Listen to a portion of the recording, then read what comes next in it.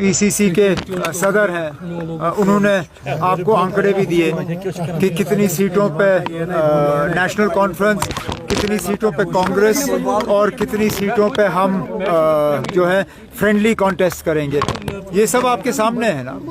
अगर इससे हटके कोई बात करनी हो वो दूसरी बात है, पूछिए फिर। Sir, what are those friendly 5 seats? Can you name please? ना वो लिस्ट निकल आने दीजिए, आपको पता चल जाएगा। उसमें से 3 ऐसे हैं जो हमारे लिए छोड़ना मुश्किल था और 2 सीटें ऐसी हैं जिनके लिए कांग्रेस को मुश्किल हुई थी उन सीटों पे कोई फैसला लेना।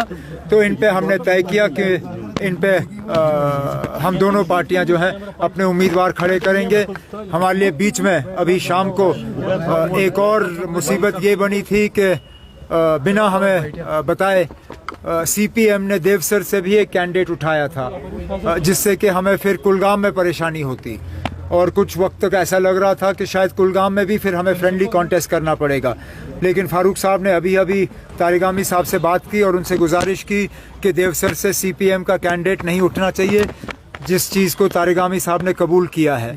तो अब कुलगाम की सीट भी फिर हम तारिगामी साहब के लिए छोड़ देंगे। उमर साहब, अब तो फैसला हो गया, अब तो कोalition भी हो गया है, तो क्या आप चुनाव लड़ रहे हैं? क्योंकि कल से खबरें आ रही हैं कि आप गांधरबल से चुनाव लड़ रहे हैं। ना, मैं गांधरबल गया था वहाँ किसी को ज्वाइन कराने के लिए।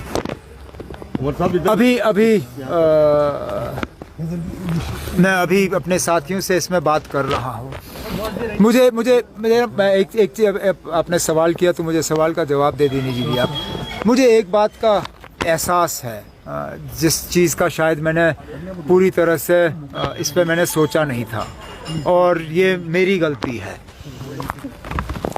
जिस असेंबली के लिए मैं खुद लड़ने के लिए तैयार ना रहूं, उस असेंबली के लिए मैं लोगों से कैसे उम्मीद करूं कि वो वोट डालें? मैं कैसे उम्मीद करूं कि मेरे साथी लोगों से वोट मांगेंगे जिस असेंबली को मैं खुद जो है मानने के लिए तैयार नहीं हूं, या मैं खुद उसको नीचा दिखाने का काम करूं? ये चीज़ जो है मेरे ऊपर एक दबाव सा बना हुआ है इस चीज़ को लेके। और मैं नहीं चाहता हूं कि लोगों को मैं कोई ऐसा गलत सिग्नल दूं कि मैं लोगों को कहूं कि आप जाओ जी इस असेंबली के लिए वोट दो, लेकिन मैं इस असेंबली को नहीं मानता हूं। तो इन हालात में मुझे दे दीजिए एक आध दिन, अब आपको पता चल ही जाएगा जब पार्टी की तरफ से लिस्ट जारी होगी। So was there any issue over manifesto? No issue. None whatsoever. Let me be categorical. At no point in time did the Congress party raise any objections to our manifesto. In the initial stages of the discussion at the local level, they had asked whether we would consider some sort of common minimum program. And we told them very clearly that common minimum program is always arrived at after you receive a verdict from the people, after you win an election. And therefore, obviously, we are fighting this election to win. If National Conference and Congress receives the support of the people, then we will form a common minimum program for governance for the next 5 years. But we did not discuss our manifesto with Congress, and nor have we asked Congress what they are going to include in their manifesto. How do you perceive BJP's strong opposition to the manifesto that Congress didn't come to discussion? No, well, that is an internal matter between the Congress.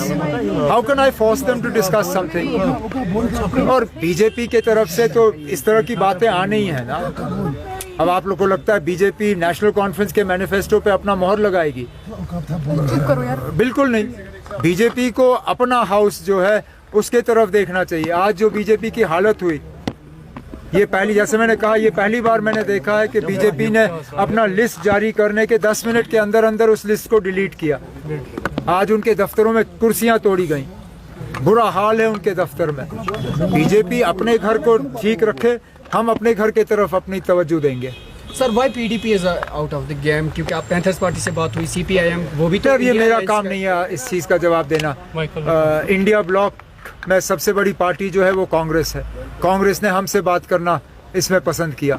अब मैं कौन होता हूँ उनको मजबूर करने के लिए कि जाए किसी और से बात करें। उन्होंने PDP का जिक्र नहीं किया। और मामला वहीं पे खत्म। सर लद्दाख में आज 5 डिस्ट्रिक्ट मजीद क्रिएट किए गए, उस पर आपका क्या रिएक्शन? एक सेकंड में आपका क्या लद्दाख में 5 डिस्ट्रिक्ट क्रिएट किए गए। अच्छा, मुझे आज अभी 2 मिनट पहले सीट शेयरिंग से फुर्सत मिली। मुझे अपने घर के बाहर के खबर का पता नहीं है। अब लद्दाख में अगर 5 नए ज़िले बने तो मुबारक है उनको। वैसे इसमें भी अब पता नहीं उन्होंने रेशियो क्या बनाया है। हमारी तो कोशिश हमेशा ये रही है कि करगिल और लेह जो है दोनों के साथ बराबरी हो, लेकिन अगर उन्होंने 5 ज़िले बनाए हैं तो कहीं ना कहीं अनबन होगी। अब किसके साथ नाइंसाफ़ी हुई है वो देखना पड़ेगा।